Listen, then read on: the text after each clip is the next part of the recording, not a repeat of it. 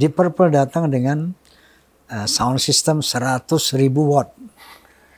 Nah waktu itu orkes Melayu barangkali cuma 20 watt. Gitu. Yang sound systemnya tuh digantung di pohon rambutan, pakai toa gitu kan. Mereka pakai lighting system yang ratusan ribu watt. Dulu orkes Melayu sound lighting systemnya pakai Petromax saja. Gelap dong. Yang lampu kompak itu. Nah, taruh di atas jidat kita gini. First date gue tuh nonton Pak Haji di Synchronous Fest 2018. Wow. That was my first date. Wow. Terus habis itu berikutnya sekarang manggung bareng di festival yang sama tapi udah punya anak. tiga saat berbeda tuh ya. Iya. Wah. Kok lagu-lagu Anda ini banyak unsur religi, sosial, politik. Secara spontan saya jawab. Because music is not just for fun. It has a responsibility to Allah and human beings. Wow. Artinya bermusiklah paling minimal menghibur. Jangan merusak orang dengan musik. Buatlah lirik-lirik minimal menghibur. Karena the power of music itu bisa bikin orang jadi baik, bikin orang jadi tidak baik. Sebelumnya terima kasih banyak Pak Haji atas mengizinkan saya untuk berada di sini sekarang. Terima kasih Pak Haji Romai Rama. Saya besar di rumah di mana setiap Sabtu sebuah lagu yang muncul pasti ada suara Pak Haji Romai Rama di rumah. Dan juga salah satu yang muncul adalah ayah saya suka sekali lagu misalnya Tidak Semua Laki-Laki oleh Mbak Sofi Sudirman. Ayah saya bukan supir truk atau kuli bangunan. Tapi sepertinya ada sebuah perubahan Pak Haji, di mana mindsetnya adalah musik dangdut adalah musik untuk warga menengah ke bawah. Ya. Yang tadi saya sampaikan, apakah itu betul Pak Haji? Ada mindset pemikiran seperti itu? Ya, barangkali pertama dulu memang dangdut secara kualitatif dari sisi musikalitas, nah sangat-sangat sederhana. Dimainkan dengan instrumen yang juga sangat sederhana, umumnya non elektrik. Semuanya serba akustik ya. Gitarnya akustik, surya akustik, kemudian ada akordeon. Memang sangat-sangat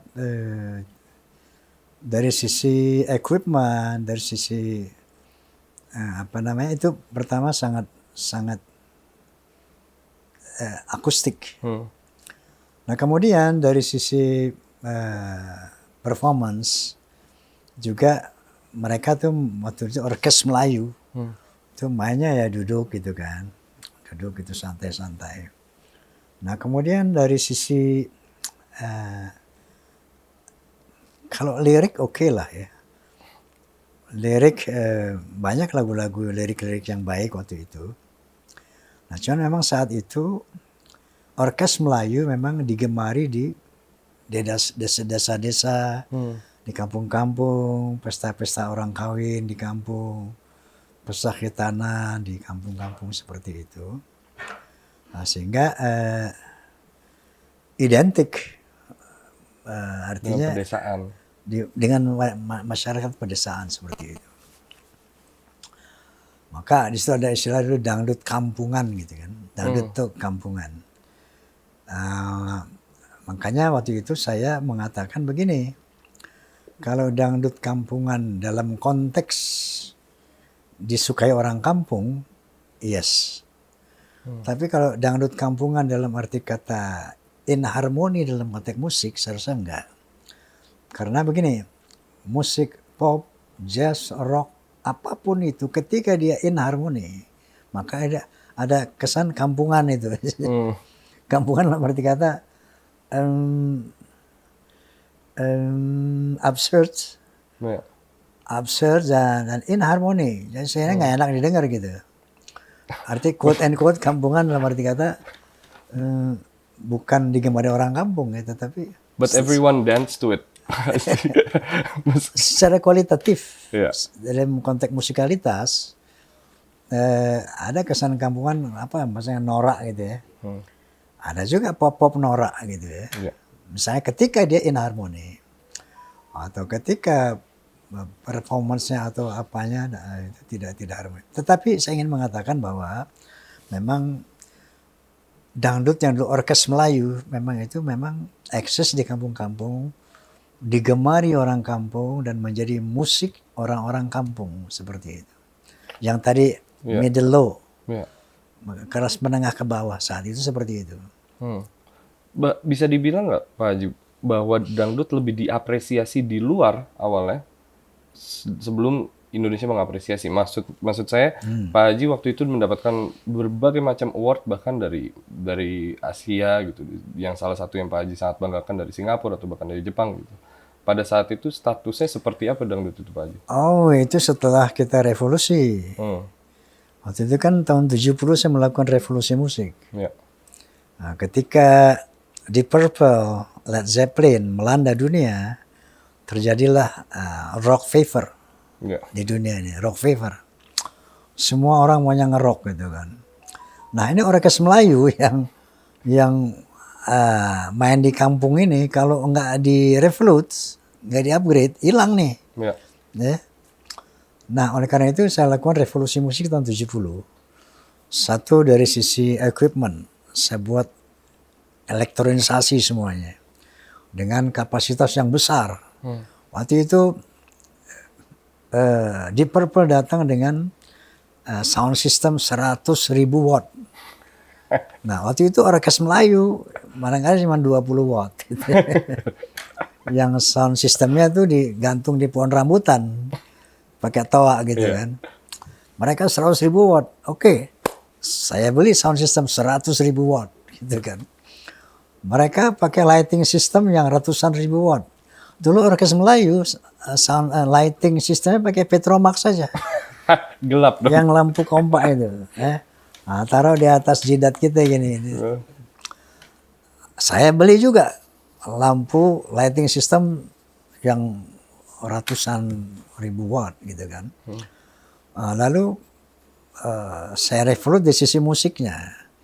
Jadi saya buat sedinamis mungkin, maka di situ ada unsur drum masuk situ, ada lead gitar, ada brass section dan sebagainya, bahkan ada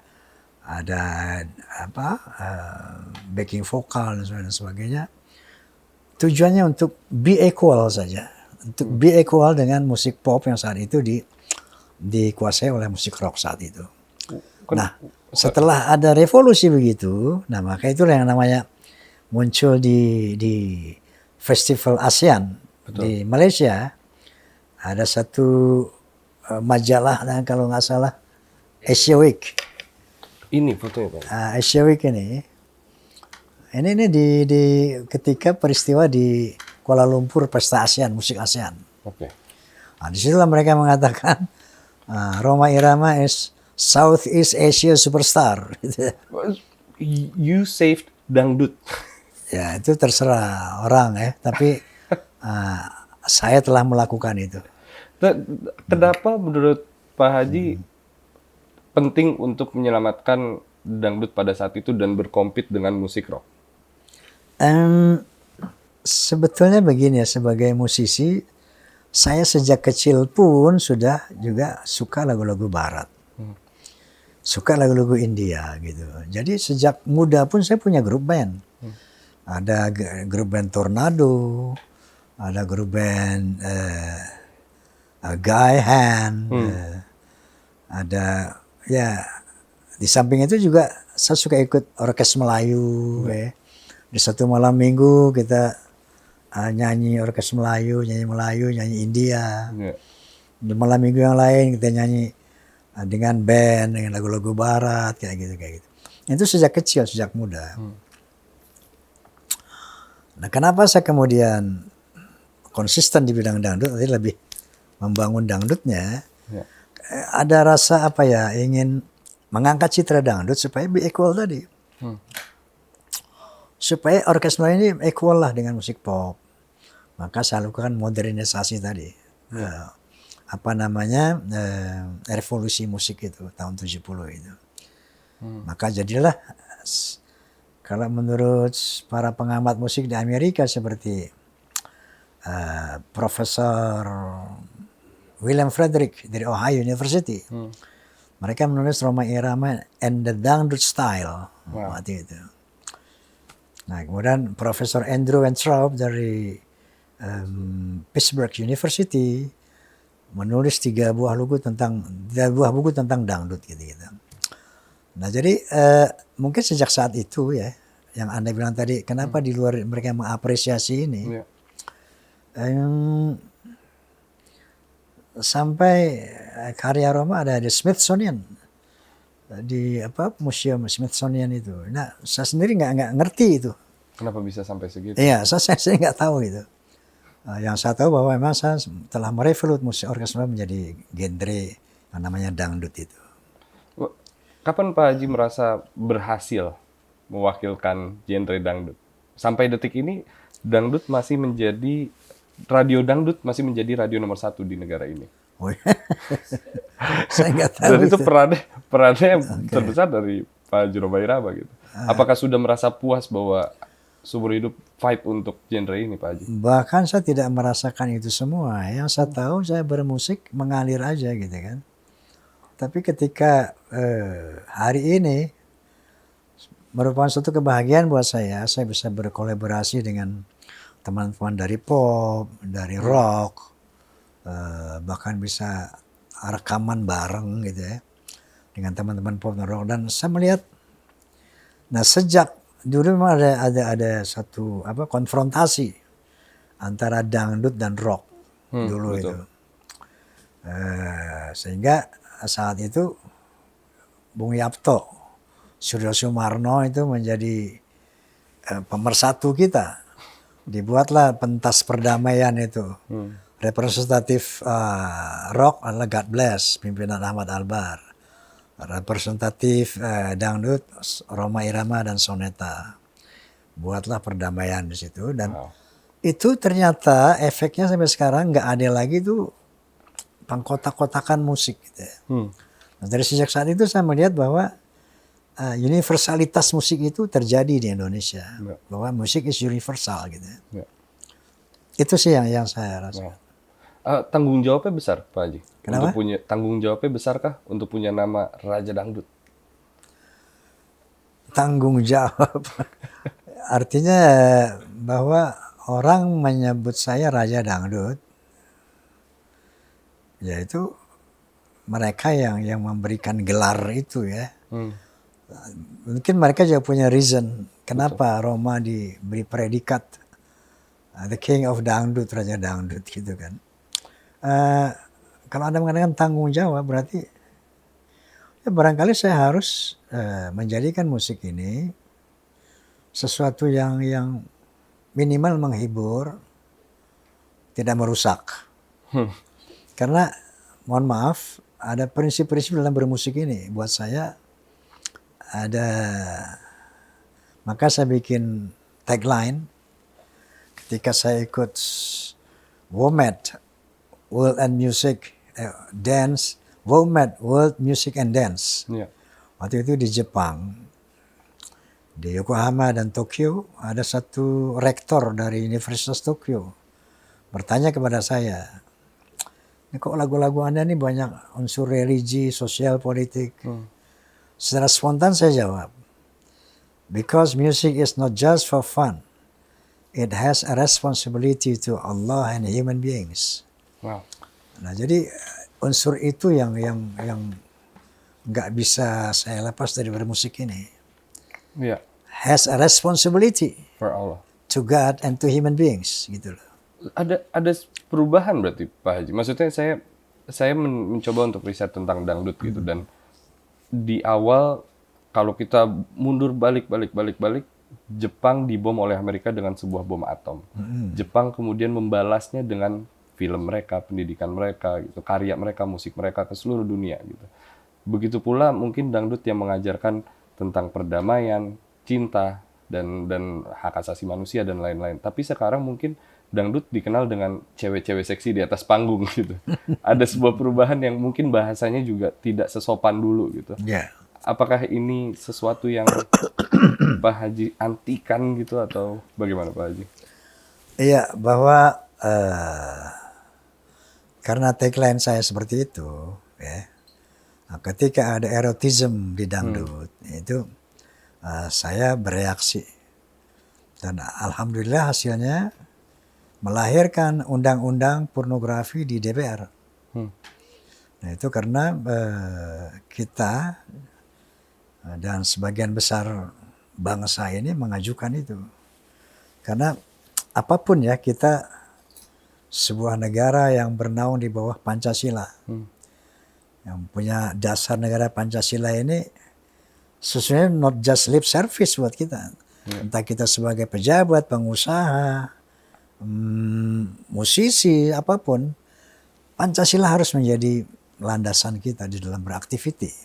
Itu menurut pendapat saya. Kalau tidak, kita bukan seorang warga negara yang baik. Nah, oleh karena itu, nilai-nilai Pancasila ini selalu saya angkat dalam beberapa lagu saya. Misal lagu Perbedaan. Di banyak lagu saya ajak teman-teman ini untuk ya care terhadap Pancasila, not just lip service. Bahkan sekarang ini banyak anak-anak milenial. Apa itu Pancasila? Jangankan mengamalkannya. What is Pancasila? Ada apa Pancasila? Nah, sementara itu dasar negara kita yang akan menyelamatkan bangsa kita dari berbagai macam ekses globalisasi. Tadi Pak Haji menyinggung sedikit tentang kolaborasi dengan beberapa genre. Saya ingin mengundang seorang teman juga yang akan membantu Pak Haji nanti di Synchronize Festival untuk kedua kalinya berarti ya Pak Haji ya? Ya. Tapi ini bukan Pak Haji sendiri nanti, bersama Soneta juga. Betul. Kita panggil Dipa Barus. Semuanya Dipa Barus. Thank you. Dipa, kita kenal lama. Yes. Tapi Pernah tinggal di satu area kita. pernah tinggal dalam satu Cibete. area. Never in my mind, di antara kita berdua adalah Pak Haji Roma Irama. Nggak pernah saya kepikiran ini akan terjadi. Pernah pertama kali kolaborasi. Yes. Ceritakan mungkin kolaborasi pertama itu. Kolaborasi pertama itu kita di Synchronize Festival juga, tahun 2020. Itu ngebawain cuman satu lagu. Gitu. Karena waktu itu konsepnya tuh on air ya di TV gitu. Dan terus nggak ada penonton. Dan kita cuma berdua doang ya Pak Haji ya. Pandemi ya. Jadi masih social distancing. Jadi waktu itu cuma berdua doang. Gue main bass, habis itu main alat DJ gitu. Dan terus habis itu sekarang sama Soneta. Luar biasa. Mungkin kalau nanya ke Dipa kenapa bilang iya, ya nggak ada alasan untuk bilang enggak, ya kan? Iya. Kalau Pak Haji, kenapa bilang iya waktu itu untuk berkolaborasi dengan Dipa? Saya suka berkolaborasi dengan satu different genre, yang kedua dengan different milenial ini kan termasuk anak muda lah. Saya suka berkolaborasi dengan anak muda. Itu sesuatu pengalaman yang baru, refreshing. Dan saya selalu ingin mendalami bagaimana dunia anak muda ini kayak gitu ya. Karena dalam lagu-lagu saya seperti Darah Muda, kan, ada generasi muda lagi, ada kaula muda, ya. Banyak lagu-lagu saya yang mengapresiasi generasi muda untuk on the track. Bisa happy, bisa selamat dalam pergaulan dunia ini, dan bisa menjadi warga yang baik, bangsa Indonesia yang baik gitu. Jadi ketika saya bertemu dengan anak muda, itu satu peluang buat saya untuk mengekspresikan tujuan saya, bahwa orang kayak Dipa ini, makanya saya waktu ketemu Dipa ini saya kagum sama dia nih. Kagumnya begini, ini orang dari Batak. Yang kita kenal bukan jelek tapi keras. Batak itu jantan gitu ya, keren. Tapi ini lembut banget ini orangnya. Kelamaan di Jawa mungkin. Dan saya respect sama beliau, saya bilang sama official, Dipa ini akhlaknya bagus. Akhlak. Ini akhlak ini yang zaman sekarang ini udah jadi barang langka ini di kalangan masyarakat. Dipa punya akhlak yang bagus sekali. Keren. Ini salah satu keberuntungan saya ya. Bergaul dengan anak muda. Dan kemudian dari sisi musik, saya banyak mendapat pelajaran. Dari musik Dipa ini apa itu DJ, seperti apa dia menjadi joki dari di sini. Ini pengalaman baru buat saya dan ternyata musik begitu luas. Pengalaman latihan atau misalnya bertemu pertama kali gimana nih Pak? Kayak nggak nyangka sih karena emang gue ngefans banget. Iya. Gitu. Emang gue ngefans banget dan terus yang kocaknya tuh gue pertama kali sebelum pas lagi ngedate, first date gue tuh nonton Pak Haji di Synchronous Fest 2018. Wow. That was my first date. Wow. Terus habis itu berikutnya nampil bareng Pak Haji, tapi gue lagi nggak ditemenin istri gue waktu karena masih pandemi. Dan terus habis itu sekarang manggung bareng di festival yang sama tapi udah punya anak. tiga saat berbeda tuh ya. Iya. Wah. Emang dampaknya seperti, genre wise sangat berbeda. Sebenarnya sih genre wise it's similar. Oke. Karena sama-sama dance music. Betul. Dance music yang dance music yang original from Indonesia, ya udah pasti dangdut. Gitu. Jadi kayak dari dulu juga udah apalagi album pertama, album kedua gitu udah kayak musik apaan nih gitu. Iya. Itu yang apa ya yang udah kayak dibawa ke dimensi yang berbeda gitu. Waktu kecil sih dulu tuh pertama kali dengerin Darah Muda tuh kayak gitu tuh. Rasanya kayak wow, musik apa nih gitu. Kok nggak sadar tapi kayak ingin iya. Gitu. Tapi tadi di awal gue sempat ngobrol sama Pak Haji bahwa kenapa dangdut ini menjadi nggak sengetren itu ketika kita untuk generasi kita dibandingin orang tua kita muda misalnya gitu. Ada sebuah shift gitu dari mungkin let's say ekonomi ataupun umur gitu. Gimana caranya kita bisa balikin itu, Dip? Karena I do believe that's necessary kan, karena itu sebuah legacy dari negara ini gitu. Mungkin apakah kolaborasi atau apa? Mungkin kayak jump startnya bisa dari kolaborasi dan terus habis itu gue tuh selalu berhayal gitu ada yang yang membawakan kembali kayak dangdut klasik dalam format band tapi anak muda. Gitu mungkin kayak gue suka berhayal gitu ada nggak ya kayak di Indonesia gitu kayak pertama kali kayak almarhum bokap gue tuh dulu denger dia kalau misalnya kayak bicara tentang soneta tuh kayak wow ini gila banget musik awal gitu kayak emang bokap gue tuh selalu ambisius gitu kalau bicara soal musik dulu.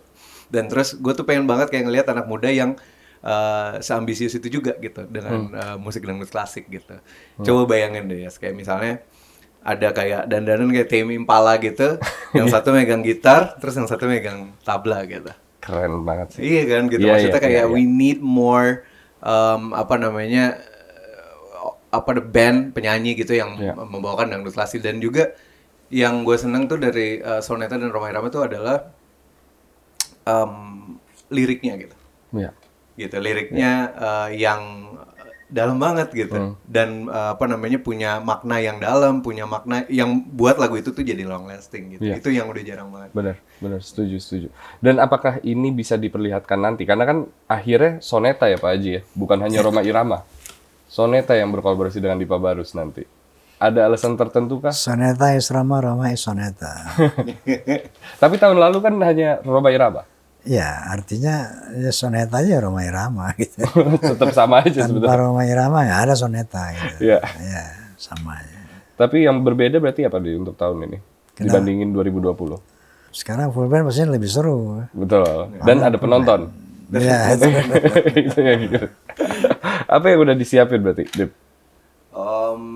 Aransemen untuk aransemen kolaborasinya udah jadi karena gue excited itu gitu pas di pas di telepon mau nggak bareng mau banget. Terus habis itu udah dikulik-kulik dan yang gue ada kayak sentuhan beberapa sound dan genre musik yang ada pas lagu itu keluar gitu. Kayak contohnya dangdut Terajana gitu. Ya. Nah, terus itu tuh kan misalnya kayak pas Yunisnya kayak gitu. Gue kayak ada Yunis yang pakai efek psychedelic yang waktu itu juga dipopulerin sama pada eranya gitu. Jadi kayak emang gue berusaha kembali ke masa itu gitu. Gue menjadikan kayak oke, coba nih gue main di festival Synchronize Festival tahun pas Dana Muda atau Dangdut Terajana baru keluar gitu. Jadi kayak gue pas buat itu ngayal lagi main di Woodstock gitu. Wah. Lo menghayal Pak Haji udah di sana. Pak Haji tapi rela berarti lagunya di mixing seperti itu. Ya, sejauh itu baik, sejauh itu bagus. Oke. Ya. Ternyata memang asik gitu kan. Bagus. Keren. Nah, ini sekali lagi mungkin kita bisa kasih tahu bahwa akan ada performance kolaborasi dengan Dipa Barus dan Soneta di tanggal 1-nya ya berarti ya. Tanggal 1 September 2023. Dan mungkin sedikit untuk nanti, apakah ada sedikit surprise selain dari segi musik, any performance yang mungkin kalian siapkan? Biasanya kan outfit nih, iya kan? Gue sih kayaknya pada tanggal 1 itu gue menjadi member Soneta pada kalau diizinkan. Udah pantas untuk masuk Pak Haji? Lebih dari pantas. Sangat pantas. Emang syaratnya apa Pak Haji masuk Soneta? Gue kalau bisa mau pakai baju seragam Soneta. Iya. Izin deh berarti ya, izin deh kalau boleh ya. Ukurannya tuh. Mungkin dari Pak Haji ada yang disiapkan Pak Haji untuk nanti performance? Ya, pasti nanti kita akan ada latihan bersama. Kita pernah melakukan latihan di studio Soneta dan musik itu bisa menjadi bertambah ya. Bertambah dalam berbagai aspeknya, nambah gitu kan. Lebih kaya, lebih touch gitu. Ya pasti apalagi nanti di live concert ya. Pasti akan sangat menarik saya rasa. Tadi Dipa menyampaikan Pak Haji, salah satu mimpinya adalah membuat sebuah album bersama Pak Haji Rhoma Irama di sebuah piringan hitam. Mungkin terjadi atau gimana Pak Haji? Kita udah tos tadi, udah oke. Jadi mungkin itu surprise setelah sinkro ya? Iya, itu soalnya gue ingat banget dapetin albumnya Pak Haji dalam bentuk piringan hitam tuh susah banget sekarang. Banget. Gitu. Maksudnya waktu itu gue baru masih kuliah, terus nyarinya di mana-mana susah gitu. Dulu belum ada kayak online job gitu. Jadi kayak gue masih susah banget. Terus habis itu pas begitu dapat, gue bilang gitu ke diri gue sendiri gitu, gue harus punya plat. Nanti barengan sama dia. Gitu. Mimpinya semakin dekat deh. Karena dari tahun ke tahun kan udah perubahannya gede tuh ya kan. Insya Allah. Iya. Insya Allah. Pak Haji, terima kasih banyak atas waktunya. Terima kasih. Dipa, thank you so much for your time. Pak Haji, mungkin pertanyaan terakhir adalah legacy apa yang mau Pak Haji sampaikan ke anak muda di luar sana atau yang mau ditinggalkan ke anak muda gitu? Bahwa sebagaimana saya punya tagline, music is not just for fun, but it has a responsibility to God and human beings. Artinya bermusiklah paling minimal menghibur, jangan merusak orang dengan musik. Buatlah lirik-lirik minimal menghibur, karena the power of music itu bisa bikin orang jadi baik, bikin orang jadi tidak baik. Terutama di tahun politik ya Pak Haji. Pak Haji, terima kasih banyak kalau kita atas waktunya. Terima kasih banyak. Terima kasih banyak. Dip, thank you.